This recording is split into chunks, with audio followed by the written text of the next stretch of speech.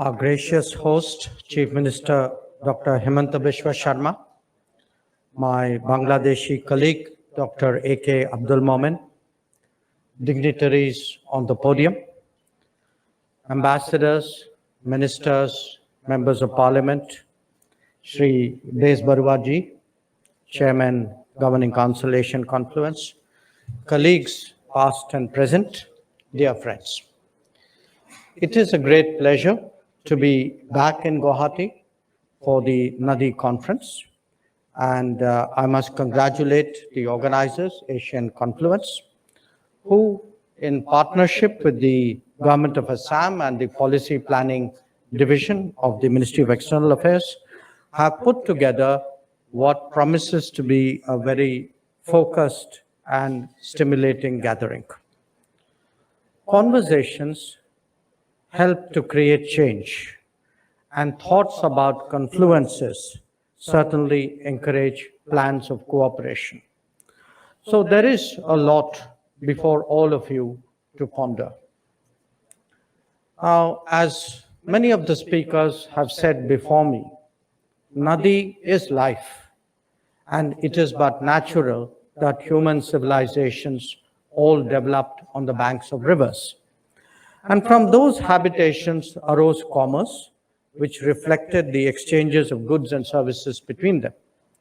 For that to happen, distances needed to be traversed as smoothly and securely as possible, and therein lay the importance of connectivity to history. It was the pathways that facilitated mobility and migration which determined its course.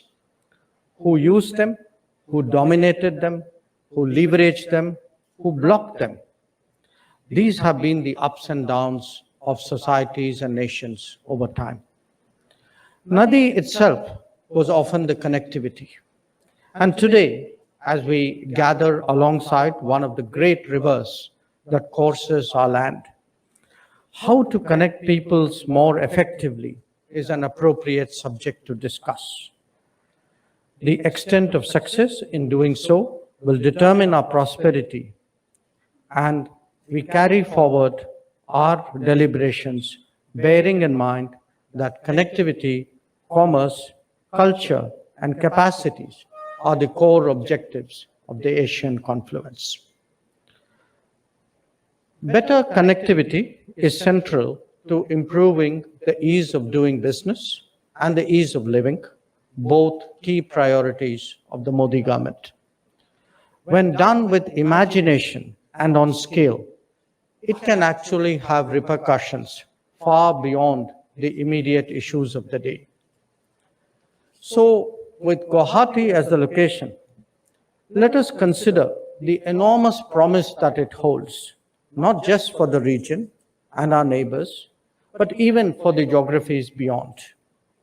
To comprehend that fully, ponder for a moment on the impediments that we need to overcome. The most formidable and long-standing are the physical barriers of topography. But then, as we have increasingly come to realize, these can be solved by engineering and human ingenuity. There are then the human-made obstacles, the outcomes of choices that we ourselves have made in the past. These are best addressed by a vision that realizes the shared gains offered by regional cooperation. And when it comes to the process of connecting, then the broader our definition of that bonding, the more effective will be its impact. Connectivity may have started with roads and waterways, or as the minister said, river roads. But today, we also conceptualize it as power grids and data corridors, education and tourism, and as energy flows and cultural contacts. In fact, anything that connects is connectivity. Now, what happens when we are successful? And that is not a hypothetical question, because we can already see before us evidence of some progress. For a start, an India that is more connected to the Northeast, and a Northeast that is more connected to India's neighbors will mean a complete transformation of the regional economy. Instead of being regarded as a frontier, it will emerge as a hub in itself. Its resources and skills will have a larger and more ready markets. The supply lines in and out will be shorter. The outlets to global access would be diverse and manifold. The intensity of economic activity will rapidly deepen because it will capture many more segments. Bear in mind too that in the long history of the Indian subcontinent, its high points were periods when the East was the most prosperous. Today too, our national resurgence is directly connected to the economic revival of the East.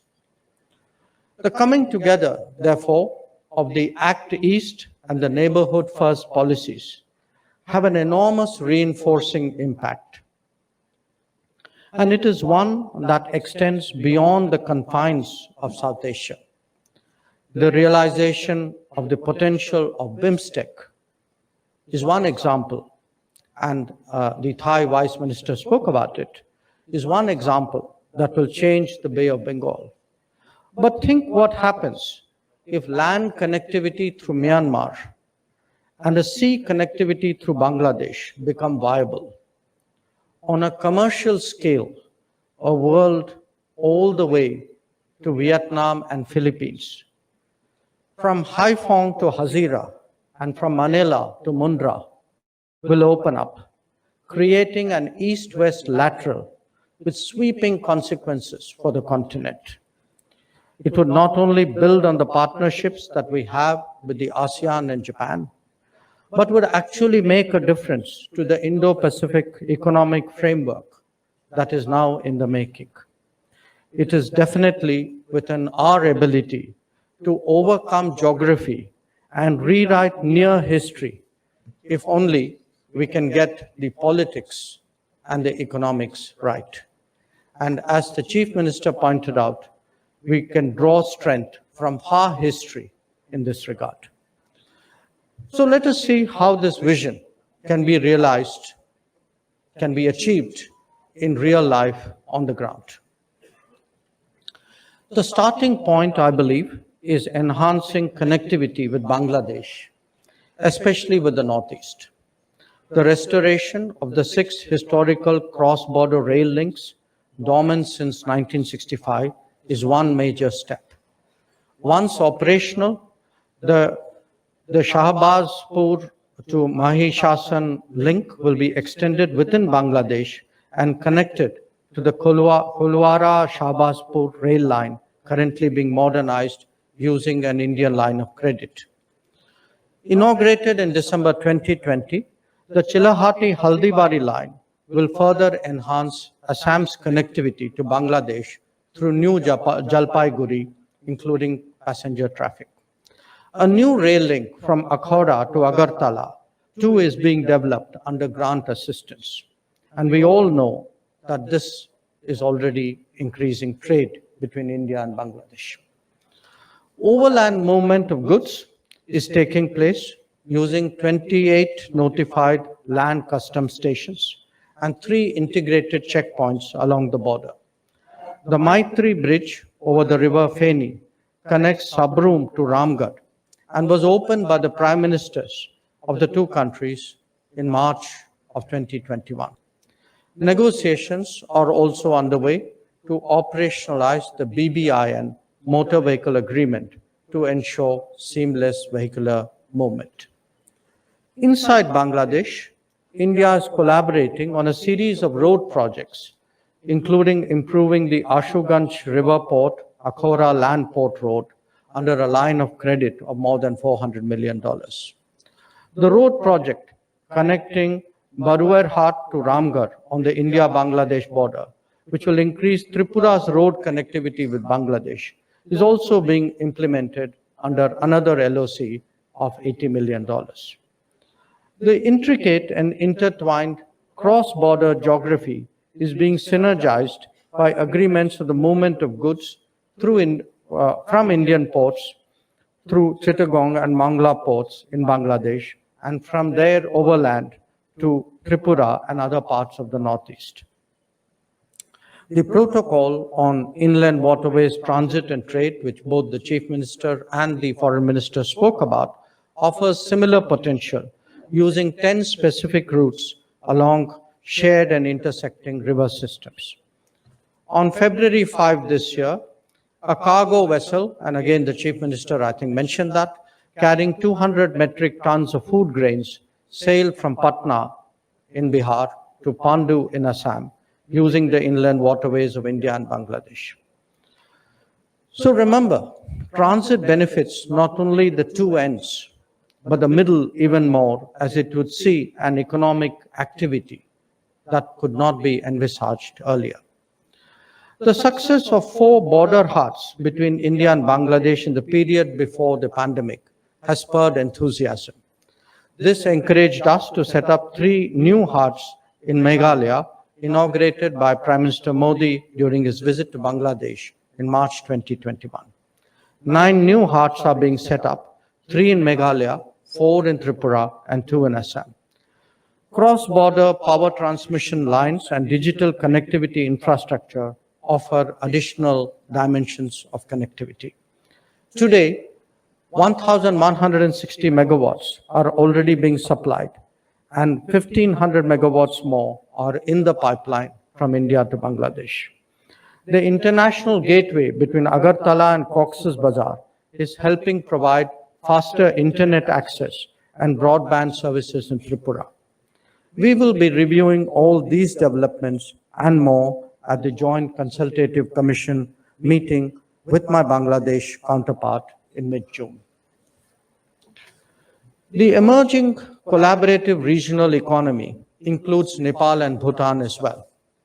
A 6-lane bridge across the river Mechi connects Panitanki in West Bengal to Kakarbhita in Nepal. It marks the passage of the Asian Highway 2 from India to Nepal.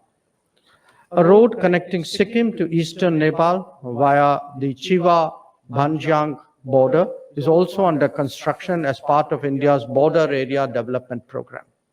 With its completion, Sikkim will have access to Nepal's east-west highway with a boost to trade and tourism in both countries. The game-changing potential is evident. Hydropower too offers great scope for cooperation. And this is relevant even more in an era of climate action. There is an established tradition in this regard between Bhutan and India, and a rapidly emerging one now between Nepal and India. From the northeast perspective, a hydropower station in West Kameng district of Arunachal has been supplying 150 megawatts of hydropower to Nepal. We are Nepal's largest trade partner and a significant supplier of petroleum products from facilities in Assam and West Bengal. A pipeline from Siliguri to Jhapa in Nepal is being explored, and with the launching of the RuPay card, Nepal is getting integrated with the Indian fintech and payment systems. Prime Minister's visit to Lumbini this month was the most recent occasion to take our cooperation with Nepal forward.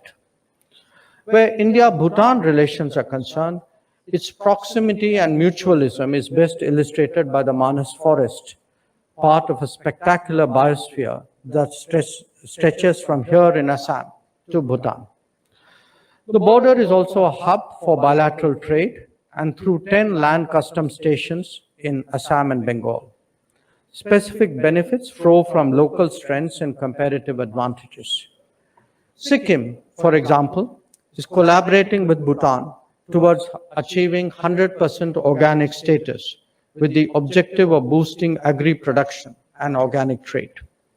A pilot launch of Bhutanese products in big Indian retail outlets in Guwahati, Calcutta, and New Delhi is on the anvil. Meghalaya began exporting low-ash, non-coking coal to Bhutan in June 2021.